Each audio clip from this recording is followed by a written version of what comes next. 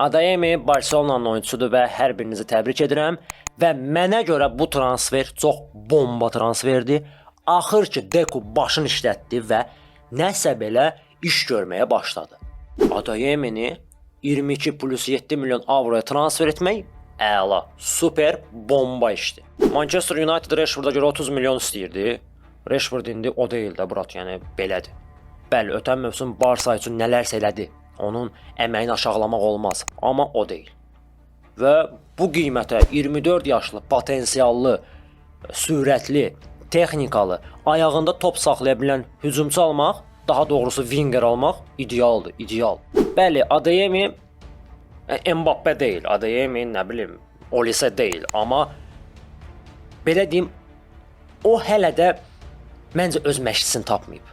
Adeyemi Borussia Dortmundda onu yüksək səviyyəyə qaldıra biləcək baş məşqçi ilə işləməyib.